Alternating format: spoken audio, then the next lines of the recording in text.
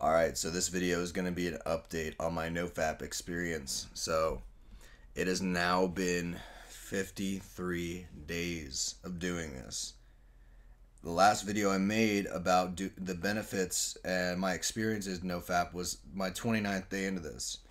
So that was 24 days ago, 4 days after Christmas, because I started on December 1st. And I'm just going to let you know right off the bat, there have been some times where I've struggled with temptation and I've flirted with disaster, so to speak.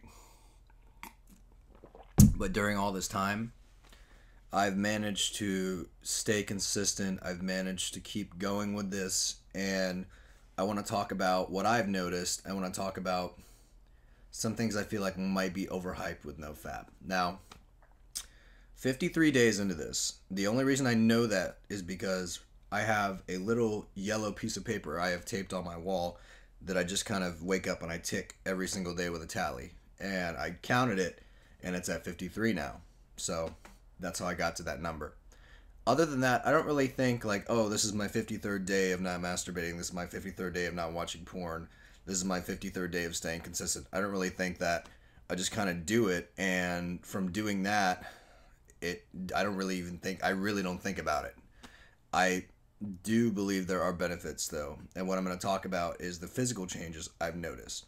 So physical changes, a lot of people have been writing on my videos over and over and over again that my voice has gotten deeper, which it might have, or it might be just the way I was talking in my first video. I don't know, but this is my normal talking voice. This is how I usually sound in the morning. It might have been because I was shooting that video, sometime during the afternoon, but this is my voice in the morning. It might change throughout the day.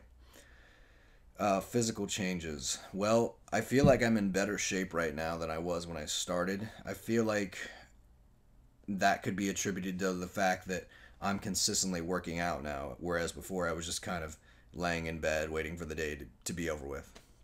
So I'm in better shape than when I was before. Physically, I've lost about 5 pounds. My body weight has gone down, and so has my body fat, and my muscle has actually gone up. So I must have put on some muscle somehow. I haven't really been watching what I eat. I haven't really been I have been watching what I eat, but I haven't been eating like a lot, like really watching it. I've just been kind of making healthier choices in terms of food. And NoFap is really just a catalyst. I would say it's a catalyst for improving other unhealthy behaviors in your life, which will in turn make you a better version of yourself, because that's ultimately what we want. So physical changes, still the same height, weight has gone down, voice might be deeper, I don't know. Some things I've noticed that aren't really physical but maybe spiritual are that every time I go on like a NoFap challenge, as long as I've done it, I always find myself really contemplating more about why we're here and what the meaning of life is.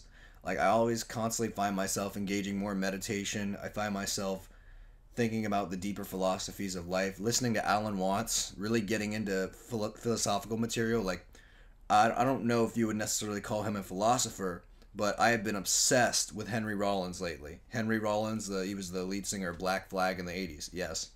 I love him. I've been watching all of his spoken word stuff, and I pretty much watch it every single day. And there's always something to glean from it because he's a very insightful individual, and he reads a lot. And that's something I've been doing. I've been reading a lot. I've been knocking out 1 or 2 books a week because I've substituted the time that I spend on my computer for the time that I spend in my Kindle, because that's what I read on. I read on my Kindle Paperwhite. It's over there on my bed, and I just finished reading. I'm reading 2 books right now. I'm reading The Manual, which is a guide to dating and becoming a better man. And I'm also reading this book called The Charisma Myth, which hopefully will help me be more charismatic and make these videos better for you guys. So those are the books that I'm reading right now.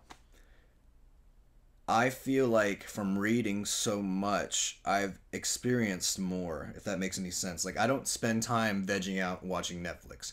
And when I do watch Netflix, I watch TED Talks. And it's really weird. It's like a switch went off. And from engaging in all that unhealthy behavior and stuff that wasn't necessarily benefiting me, I now watch TED Talks, and I now constantly watch public speaking. And I think about, things on a constant basis. I think about improving myself on a constant basis. Constantly. My outlook on the future has also changed. When I started this challenge, I wasn't really sure if I wanted to even be in college. I had just finished out my third semester in college, and I had gotten a D and two A's, which, I mean, it's not bad, but the classes were really easy, and I didn't feel like I was being challenged.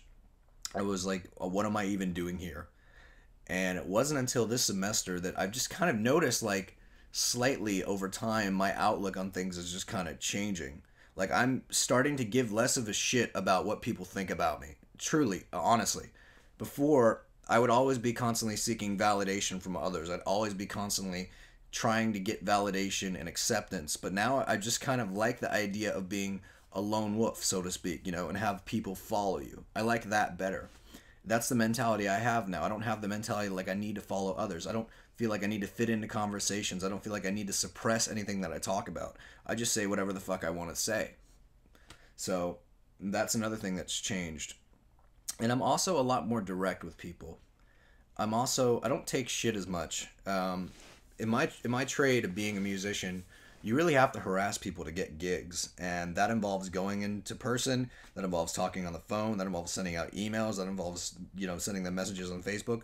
And a lot of the times you have to really harass, and if I don't get an answer, the old me would have been a pushover and been like, oh, whatever, I guess I'm not playing there. Now it's, well, I would appreciate a response because I'm going out of my way to message you. Either tell me to fuck off or let me play there. It's that simple. And that's something I wish people would do a lot more nowadays. I wish people would be more direct with their feelings, because we're raised in this generation with this idea that you have to constantly be polite all the time and always be concerned about how other people are feeling at the expense of telling the truth, at the expense of being direct. And I feel like that kind of socialization is not necessarily good for society, because I can tell you, my best friend and I have a great relationship because he asks me, are you pissed off? And I'll tell him, yeah, I'm fucking pissed off. I don't hold back, you know? I let people know what I'm thinking, and that may be coming off as a douchebag or an asshole, but I let people know my opinion. I know the old adage is if you don't have anything nice to say, don't say it at all. And that's true. But if someone asks me for my opinion and they ask me for what I think and it's not nice, I'm still going to say it because it's how I honestly feel. So I'm more direct with people. Definitely more direct. I'm more confident. I have more confidence. I'm more grounded. And this is kind of stereotypical, but I've been doing meditation. And I'm not talking about like the namaste and holding, you know, like all that traditional meditation. By meditation, meaning I just sit still and I become present in the moment. I just sit still and I become completely present. I'll put on like a piece by Claude Debussy and I'll just go into a trance for 7 minutes and just focus on my body. I'll just focus on my body and my breath, basically. And I've also been engaging in the self-love practice, which has been phenomenal, because when you see me, I pretty much always have a smile on my face. Like, pretty much always. I have, like, this childlike smile. I feel like I'm back in elementary school. I feel like I'm, like, back when I really used to enjoy school. When I go to college, I just feel like I learn more now. I feel like I'm just constantly more receptive and open to things and learning more and growing every single day. So I would attribute that to the self-love practice, because when you love yourself, you fill your cup up to overfill into other people's. And that's the way I like to think of it, because when you truly love yourself, you're going to let that overflow into other people. And I've just developed a really healthy self-love practice. This is not masturbation, by the way. It's self-love. So I've developed that practice, and I say practice because it's something you have to do every single day. You can work to have a negative attitude, but you can also work to have a positive attitude. And I'd rather work to have a positive attitude than a negative attitude. And again, I would say the biggest things that have helped me so much on this journey have been reading books, have been completely abstaining from porn, and noticing all the unhealthy behaviors that I would used to associate with porn and masturbation. Like, I don't drink nearly as much as I used to. I drink probably, I would say, a fifth much as I used to. I still drink because I like alcohol, but I don't drink like a shit ton of alcohol like I used to.